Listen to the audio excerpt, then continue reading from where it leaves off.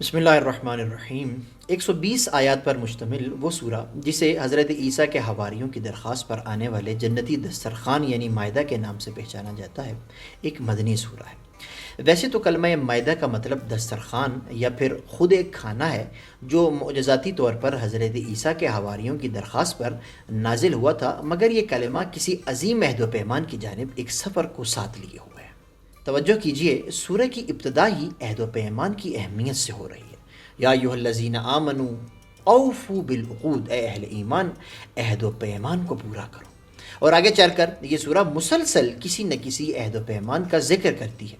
آگے ہم آیات کو انشاءاللہ پڑھیں گے، اس میں ہمیں نظر آئے گا کہ یہ سورہ مسلسل عہد و پیمان کا ذکر۔ یہ سورہ شروع سے لے کر آخر تک مؤمنین کو عہد و پیمان پر قائم رہنے کی تاکید کرتا ہے، اب چاہے وہ عہد اللہ رب العزت سے ہو، اللہ کے رسول سے ہو، ولی امر سے ہو، یا مؤمنین سے ہو، یا پھر یہ عہد و پیمان اہل کتاب سے ہو۔ سورہ مجیدہ ایفائے عہد کے کلی عنوان کو بیان کرتے ہوئے ولایت کے عہد کو محوری اور نہائی عہد کے طور پر پیش کر۔ اسی ضمن میں سابقہ امتوں کا بھی تذکرہ کیا گیا ہے جنہوں نے اللہ کے اولیاء کے ساتھ ایفائے عہد نہیں کیا، ان کے برے انجام کو بھی تفصیل سے بیان کیا گیا ہے تاکہ امت محمدیہ کے لیے یہ بات نشان عبرت ہے۔ مثال کے طور پر اگر ہم خود اسی سورہ کے نام سے ہی اس موضوع کو ذرا کھولنا چاہیں، ذرا دیکھنا چاہیں تو ذرا توجہ کیجئے، سورہ مائدہ کی آیت نمبر 111 میں کچھ یوں بیان ہوا ہے، وَإِذْ أَوْحَيْتُ إِلَى الْحَوَارِيِّينَ، اور جب میں نے حواریوں پر الہام کیا، أَنْ آمِنُوا بِي وَبِرَسُولِي، کہ مجھ پر اور میرے رسول پر ایمان لے آؤ، فقالوا، تو انہوں نے کیا کہا، وہ کہنے لگے ہم ایمان لے آئے ہیں، وَأَشْهِدْ بِأَنَّا مُسْلِمُونَ، اور گواہ رہیے کہ ہم مسلمان ہیں۔ اسی کے بعد اگلی آیت میں بیان ہوتا ہے کہ وَإِذْ قَالَ الْحَوَارِيُّونَ، حواریون نے اب کہا کیا، یا عیسیٰ ابن مریم، اے عیسیٰ ابن مریم، هَلْ يَسْتَطِيعُ رَبُّكَ أَن يُنَزِّلَ عَلَيْنَا مَائِدَةً مِّنَ السَّمَاءِ، کیا آپ کا رب ہمارے لیے آسمان سے مائدہ اتار سکتا ہے؟ آیت کے اگلے حصے میں کہا گیا کہ ہم چاہتے ہیں کہ اس دسترخوان میں سے کھائیں، ہمارے دل مطمئن ہوں اور ہم یہ جان لیں کہ آپ نے سچ کہا، ہم نے سچ پر ایمان لایا اور ہم اس پر گواہ رہنا چاہتے ہیں۔ اب اگلی آیت میں دیکھیے کہ حضرت عیسیٰ پھر دعا کرتے ہیں، اللہم ربنا انزل علینا مائدۃ من السماء تکون لنا عیدا، حضرت عیسیٰ نے دعا مانگی، اللہ نے مائدہ نازل کیا اور سب نے کھایا۔ اب یہاں پر اگلی آیت انتہائی غور طلب ہے، قال اللہ انی منزلها علیکم فمن یکفر بعد منکم فانی اعذبہ عذابا لا اعذبہ احدا من العالمین۔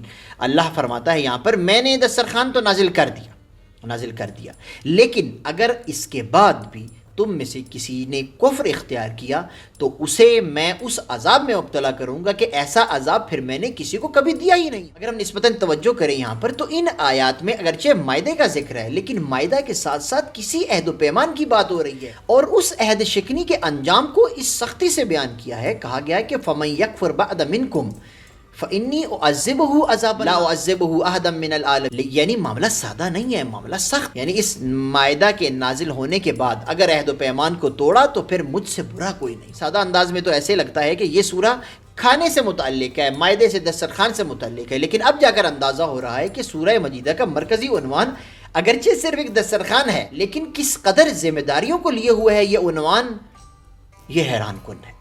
یہاں تک کہ بعض احادیث میں اس سورہ کا نام بھی سورہ عقود ہے، عقود یعنی عقد کی جمع، عہد و پیمان یعنی سورہ عہد و پیمان۔ یہ سورہ طویل ہونے کے سبب بہت سے مضامین کو سمیٹے ہوئے ہے، مگر اس سورہ کا بنیادی ہدف اور محوری خیال ایفائے عہد کا ایک آفاقی تصور ہے جو نظام عالم کی تکوین اور تشریحی امور کو اپنے اندر سمیٹے ہوئے، یعنی یہ سورہ الہی عہد و پیمان کے ایک کلی مفہوم کے ذیل میں اپنے تمام مباحث کو بیان کر رہی ہے۔ اس سورہ کے مضامین اس امر پر شاہد ہیں کہ یہ سورہ آئندہ کے نظام اور سسٹم پر بات کر رہی ہے، اللہ بشریت سے کسی عہد و پیمان پر برقرار رہنے کی گفتگو کر رہا ہے۔ اب آئیے اس امر کو ایک دوسرے زاویے سے سمجھتے ہیں۔ اگرچہ اس سورہ کے نازل ہونے سے قبل کئی مرتبہ دین مبین اسلام کی حفاظت کا وعدہ کیا، جیسے مکی دور میں سورہ کوثر کے نزول کے ذریعے نظام امامت کی خوشخبری سنائی گئی ہے، پھر جا بجا رسول اکرم کی جانب سے امیر المومنین کی ولایت کا اعلان اور اس کی ضروری تاکید بھی کی جا رہی ہے، اور اس کے ساتھ ساتھ سورہ مبارکہ فتح بھی اس امر پر شاہد رہی ہے۔ اصحاب اخیار کا کردار اپنی جگہ تاریخ میں ثبت ہوا، اور اسی طرح اہل بیت کی قربانیاں اسلام مبین کی حفاظت کی ضامن۔ ان تمام کے باوجود مگر سورہ مائدہ ایک مکمل آئینی انداز میں دین مبین اسلام کی حفاظت کا ایک سسٹم لیے ہو۔ اس سورہ کی ایک ایک آیت کو اگر تکوینیات کے ساتھ نظام ہستی کے ساتھ جوڑ کر دیکھا جائے تو بآسانی سمجھ میں آ سکتا ہے کہ یہ سورہ نظام ولایت و امامت کا تعارف کرواتے ہوئے مومنین کو اس نظام اور اس سسٹم کی طرف دعوت دے رہی ہے اور اس سسٹم کی اطاعت کا حکم دیتی ہے۔ دیکھیے توجہ کیجئے، سورہ مائدہ کی ابتدائی آیات میں ہی آیت اکمال ہے جس نے ان تمام مباحث کو شفاف اور توجہ طلب الفاظ دے دی ہیں اور تمام اسرار کو نہا کر دیا ہے۔ ارشاد رب العزت ہوتا ہے الیوم یئس الذین کفروا من دینکم فلا تخشوہم واخشون، آج کے دن کفار تمہارے دین سے مایوس ہو۔ آیت کا اگلا حصہ کہتا ہے لہٰذا تم ان کفار اور نظام استبداد سے اب نہ ڈرو۔ آگے دیکھیے الیوم اکملت لکم دینکم واتممت علیکم نعمتی ورضیت لکم الاسلام دینا، کیوں کیا ہوا ہے؟ بالآخر سوال پیدا ہوتا ہے کہ کیا بات ہے، کیوں کفر مایوس ہو گیا ہے، ایسا ہوا کیا ہے؟ لہذا اس کے جواب میں اگلی آیت میں فرماتا ہے خداوند عالم آج میں نے تمہارے لیے تمہارا دین کامل کر دیا ہے اور اپنی نعمت کو تم پر تمام کر دیا ہے، اور اسی طریقے سے اسلام کو تمہارے لیے آئین اور قانون کے طور پر میں نے پسند فرمایا ہے۔ آج کے دن کفار مایوس ہو گئے، کس امر سے مایوس ہوئے؟ تمہارے دین کے امر سے۔ اب سوال یہ ہے کہ یہ کفار کون سے کفار ہیں اور وہ دین کون سا دین ہے جس سے کفار مایوس ہوئے ہیں؟ کیونکہ اگر سادہ انداز میں دیکھا جائے تو یہ فتح مکہ کے بعد تو کفار مایوس ہو چکے تھے، تو پھر یہاں کون سی مایوسی کا تذکرہ ہو رہا ہے؟ رسول اکرم نے حجۃ الوداع میں سب کچھ جو کہنا تھا وہ کہہ دیا، پھر الگ اور جداگانہ انداز میں اکمال دین اور مایوس ہونے کی کیوں بات کی؟ ہاں، اب اس کو اگر ہم جوڑیں اور اس بات پر غور کریں کہ الہی عہد و پیمان کے مضامین کیا ہیں تو ہمیں سمجھ میں آتی ہے کن امور کے متعلق اہل اسلام کو تاکید کی گئی کہ اپنے رب اور نبی سے کیے گئے وعدوں پر قائم رہے۔ سورت کا لب و لہجہ اور انداز بیان نہایت واضح ہے، انتہائی واضح انداز میں سمجھ میں آتی ہے کہ بارگاہ ایزدی میں یہ عہد و پیمان نہایت اہمیت رکھتا ہے۔ روایت اہل بیت علیہ السلام میں اسے عہد ولایت سے تعبیر کیا گیا ہے۔ بحر الانوار میں امام جعفر صادق علیہ السلام سے ایک روایت نقل ہوتی ہے، امام فرماتے ہیں الیوم اکملت لکم دینکم، آج میں نے تمہارے لیے تمہارا دین کامل کیا، کس کے ذریعے سے؟ بِإِقامَتِ حافظہ، حافظ دین کے منسوب کرنے سے دین کو کامل کیا۔ وَأَنْعَمْتُ عَلَيْكُمْ نِعْمَتِي بِوِلَایَتِنَا، اور اپنی نعمت کو خداوند عالم نے جو تمام کیا ہے وہ ہماری ولایت کے ذریعے سے تمام کیا ہے۔ وَرَضِیتُ لَکُمُ الْإِسْلَامَ دِینًا، اور اسلام کو تمہارے لیے دین کے طور پر پسند کیا ہے۔ یعنی کیا؟ امام فرماتے ہیں یعنی تسلیم النفس لامر اللہ، ہمارے امر کے آگے ہمارے حکم کے آگے تسلیم ہو جانا ہی دین مبین کے آگے تسلیم ہونے کے متساوی۔ اب دیکھیے چند ہی آیات کے بعد آیت نمبر 35 آتی ہے جسے بالعموم آیت وسیلہ کہا جاتا ہے، جس میں مؤمنین کو نظام توسل سے آشنا کروایا جاتا ہے۔ یا ایھا الذین آمنوا، اے اہل ایمان، اے وہ لوگ کہ جو نظام الہی پر اعتماد کرتے ہو، اتقوا اللہ، تقوی الہی اختیار کرو، اللہ کے امر کی پرواہ کرو، وابتغوا الیہ الوسیلہ، اور اس کی طرف قربت کا وسیلہ تلاش کرو، وجاہدوا فی سبیلہ، وسیلے کے بعد اب معاملہ نسبتاً سخت ہو جاتا ہے، اس لیے حکم دیا گیا کہ اس کے بعد اب اس عہد و پیمان کو برقرار رکھنے کے لیے جدوجہد کا راستہ اختیار، لعلکم تفلحون، تاکہ تم فلاح پالو، تاکہ تم کامیابی پالو۔ یعنی تم اگر ایسا کرو گے جیسا اللہ نے حکم دیا ہے اور اس کی تمام تر واجب شرائط پوری کرو گے تو کامیابی تمہارے قدم چومے گی، دنیاوی کامیابی بھی اور اخروی اور ملکوتی کامیابی تمہارے نصیب میں ہوگی۔ اب دیکھیے یہ آیت مجیدہ دنیا و آخرت کی کامیابی کو 3 مراحل میں یا پھر 3 مقدمات کے ساتھ بیان کر رہی ہے۔ پہلا مرحلہ اللہ اور اس کے نظام اور بھیجے ہوئے رسول اور ائمہ پر ایمان لانا ہے، ان پر اعتماد کرنا۔ دوسرا مرحلہ ان سے مکمل توسل کرنا ہے، اور تیسرے مرحلے میں نظام الہی جو در حقیقت نظام امامت ہے اس کے لیے ہر دم کوشاں رہنا ہے۔ اگر یہ امور اسی طرح انجام دیے گئے تو عالم ملک و ملکوت میں کامیابی اہل ایمان کی ہو۔ نور الثقلین میں رسول اکرم سے ایک روایت نقل کی گئی، رسول اکرم صلی اللہ علیہ وآلہ وسلم ارشاد فرماتے ہیں الائمۃ علیہم السلام من ولد الحسین، میرے نواسے حسین علیہ السلام سے سلسلہ امامت جاری ہوگا۔ من اطاعہم فقد اطاع اللہ، جس نے ان کی اطاعت کی بے شک اس نے اللہ کی اطاعت کی۔ ومن عصاہم فقد عصا اللہ عز وجل، جس نے ان کی نافرمانی کی بے شک اس نے اللہ عز وجل کی نافرمانی کی۔ رسول اکرم آگے فرماتے ہیں ہم عروۃ الوثقی، یہی عروۃ الوثقی ہیں، وہم الوسیلۃ الی اللہ عز وجل، اور یہی ذوات مقدسہ قربت الہی کا وسیلہ۔ حضرت سلمان فارسی سے ایک روایت نقل کی جاتی ہے، امیر المؤمنین امام علی علیہ السلام فرماتے ہیں خدا نے اس آیت میں تمام بشریت کے لیے مجھے وسیلہ قرار دیا ہے، اور کوئی امت بھی اس وسیلے کے بغیر اللہ تک نہیں پہنچ سکتی۔ اب دیکھیے ہم کیا عرض کر رہے ہیں، اس سورہ مجیدہ پر مختصر سا تدبر بھی انسان کو اس امر کی جانب متوجہ کر دیتا ہے۔ یہ سورہ آئندہ پیش آنے والے خطرات اور فتنوں کا علاج ہے، اور دین مبین اسلام کی حفاظت کا ایک مکمل نظام پیش کر رہی ہے۔ اس سورہ مجیدہ سے متعلق ایک امر نہایت قابل غور ہے۔ صرف اسی سورہ میں 17 مرتبہ یا ایھا الذین آمنوا کی تعبیر استعمال کی۔ دیکھیے اس سورت پر مختصر سا تدبر ہمیں اس بات کو سمجھاتا ہے کہ یہ سورہ تکوینی اور تشریعی طور پر ایمان اور اہل ایمان سے کس طرح مخاطب ہوتی ہے اور انہیں ایک نظام ولایت کی جانب رہنمائی۔ ملاحظہ کیجئے چند ہی آیات کے بعد آیت نمبر 55 ہے۔ آیت نمبر 55 آیت ولایت کے نام سے معروف ہے، جس میں پھر سے مومنین کے لیے نظام ولایت اور اس کے اہم ترین مصداق کی نشاندہی ہو رہی ہے۔ ارشاد رب العزت ہے انما ولیکم اللہ ورسولہ والذین آمنوا الذین یقیمون الصلاۃ ویؤتون الزکاۃ وہم راکعون۔ تمام شیعہ منابع نیز بعض اہل سنت منابع کے مطابق یہ آیت امیر المؤمنین امام علی علیہ السلام کی شان میں نازل۔ متعدد احادیث میں اس کو ایسے بیان کیا گیا کہ مسجد نبوی میں ایک فقیر آیا اور مدد کی درخواست کی، لیکن کسی نے اسے جواب نہیں دیا۔ اس موقع پر امیر المؤمنین امام علی علیہ السلام جو اس وقت رکوع کی حالت میں تھے، انہوں نے اپنی انگوٹھی کی طرف اشارہ فرمایا اور فقیر نے آپ کی انگلی سے انگوٹھی اتار لی۔ اہل بیت علیہ السلام متعدد مقامات پر اس آیت مجیدہ سے حضرت علی کی امامت اور ولایت پر استدلال کرتے ہوئے نظر آتے ہیں۔ حیران کن امر یہ ہے کہ اسی سے پچھلی آیت میں خداوند متعال نے بڑے واضح انداز میں ارشاد فرمایا ہے کہ تم میں سے بعض سمجھتے ہو کہ اگر وہ نہیں ہوں گے تو رسول اکرم تنہا ہو جائیں گے، دین مبین اسلام خطرے میں پڑ جائے گا۔ اللہ رب العزت فرماتا ہے کہ نظام ہستی اور اللہ کی یہ تشریعی سلسلہ تمہارا محتاج نہیں ہے۔ یا ایھا الذین آمنوا، اے اہل ایمان، من یرتد منکم عن دینہ، تم میں سے اگر کوئی شخص اپنے دین سے پھر جائے، فسوف یأتی اللہ بقوم یحبونہم ویحبونہ، تو اللہ بہت جلد ایسے لوگوں کو لے آئے گا جن سے اللہ محبت کرتا ہوگا اور وہ اللہ سے محبت کرتے ہوں گے۔ اور پھر آیت مجیدہ میں ان ہستیوں کی خصوصیات کو بیان کیا ہے۔ صحابی رسول حضرت عمار یاسر اور حضرت حذیفہ سے حدیث نقل کی جاتی ہے کہ یہ آیت مجیدہ امیر المؤمنین اور ان کے اصحاب کے بارے میں نازل ہوئی ہے، جس کی تائید امام جعفر صادق علیہ السلام نے بھی کی ہے۔ توجہ کیجئے چند ہی آیات کے بعد آیت نمبر 67 میں، جسے اہل بیت علیہ السلام نے آیت تبلیغ کا نام دیا ہے، یہ آیت نظام ولایت اور امامت کو ایک جداگانہ اہمیت سے بیان کرتی ہے۔ اس آیت مجیدہ میں اعلان نظام ولایت کو رسول اکرم پر واجب قرار دیا گیا۔ اس آیت کا لہجہ نسبتاً سخت ہے اور کہا گیا ہے کہ اے رسول صلی اللہ علیہ وآلہ وسلم، اگر یہ اعلان امامت، اگر یہ اعلان آپ نے نہ کیا تو ایسا ہے جیسے تمام سابقہ الہی اور وحیانی تعلیمات سب رائگاں ہو۔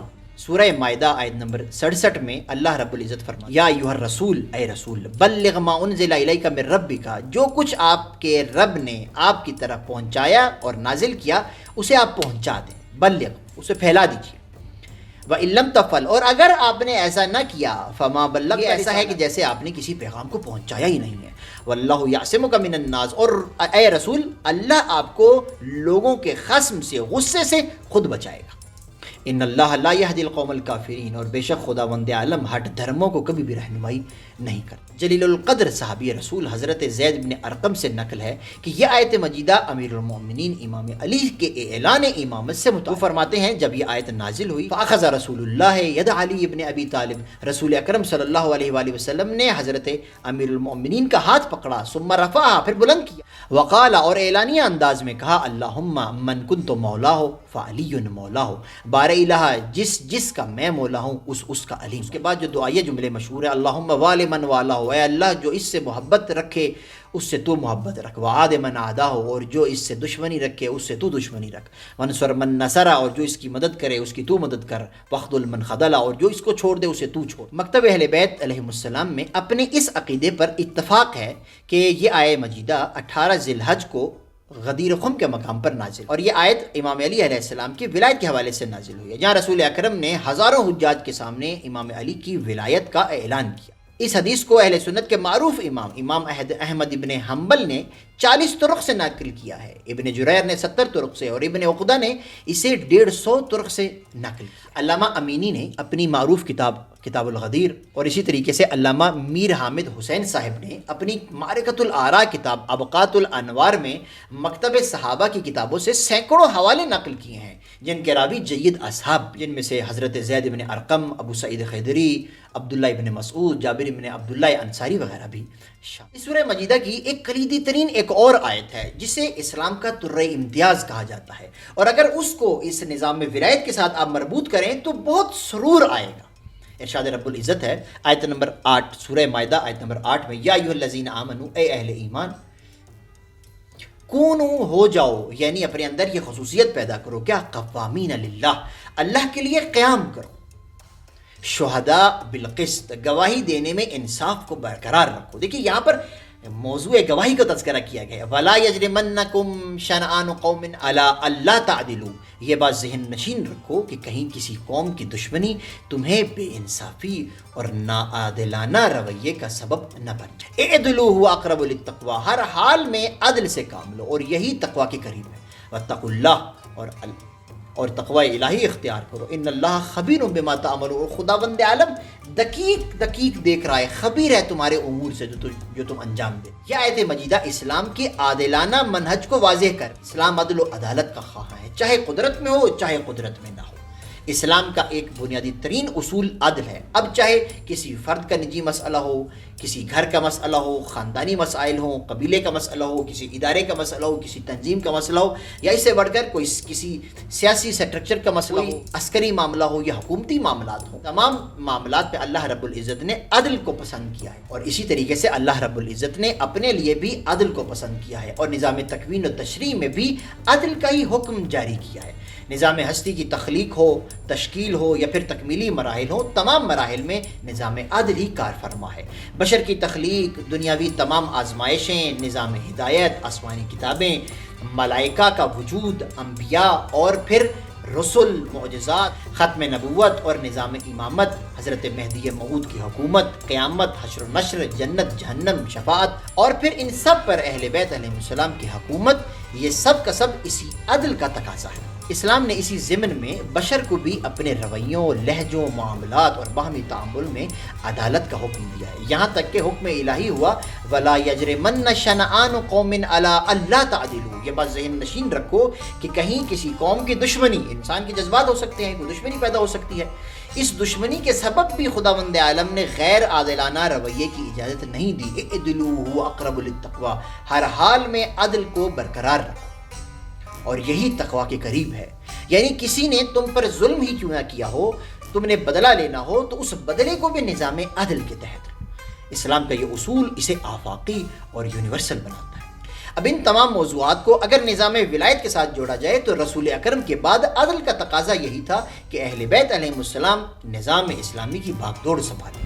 باقی تمام افراد اب نیک ہوں گے نہیں ہوں گے اس سے کوئی غرض نہیں، لیکن ان کی حکومت کی ہوس نے الہی نظام عدل میں خلل پیدا کیا، اس پر ضرور غور کیجیے گا۔ ترتیب نزولی کے اعتبار سے یہ سورہ 112 یا 113واں سورہ ہے، اور ترتیب مصحفی کے اعتبار سے یہ سورہ 5واں سورہ ہے۔ سورہ مائدہ بھی قرآن مجید کی ان 7 بڑی صورتوں میں سے ہے جنہیں سبع طوال کہا جاتا ہے۔ اس سورہ مجیدہ کے باقی ناموں میں سے مشہور نام سورہ عقود ہے، سورہ منقدہ ہے اور احبار بھی کہا گیا۔